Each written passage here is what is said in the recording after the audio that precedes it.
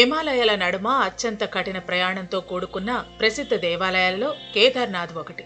12 జ్యోతిర్లింగాల్లో ఇది మహోన్నతం.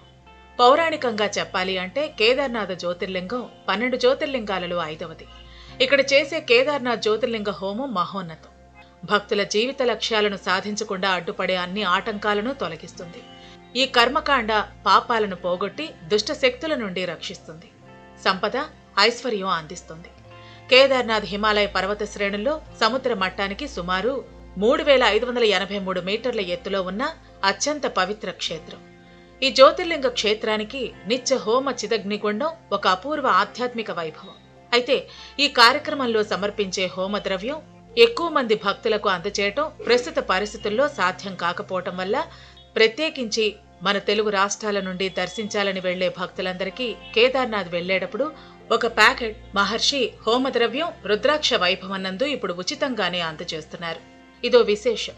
ఒకసారి ఈ హోమద్రవ్య పంపిణీ గురించి తెలుసుకోవాల్సి వస్తే కేదార్నాథ్ దర్శించే మన 2 తెలుగు రాష్ట్రాల భక్తులకు శ్రీ చాముండేశ్వరి అనుగ్రహ పీఠాధిపతులు శ్రీ కృష్ణ చాముండేశ్వరి మహర్షి ఇప్పుడు ఒక కానుకను ప్రకటించారు. ఇక్కడ జరిగే హోమంలో సమర్పించడానికి హోమద్రవ్య ప్యాకెట్ ని ఉచితంగా మహర్షి అందిస్తున్నారు.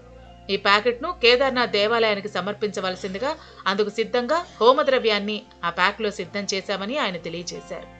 ఈ హోమ ద్రవ్య ప్యాకెట్ ని భక్తులకు ఉచితంగానే అందజేస్తామని, అందుకు మూల్యం చెల్లించవలసిన పని లేదని ఆయన తెలియజేశారు.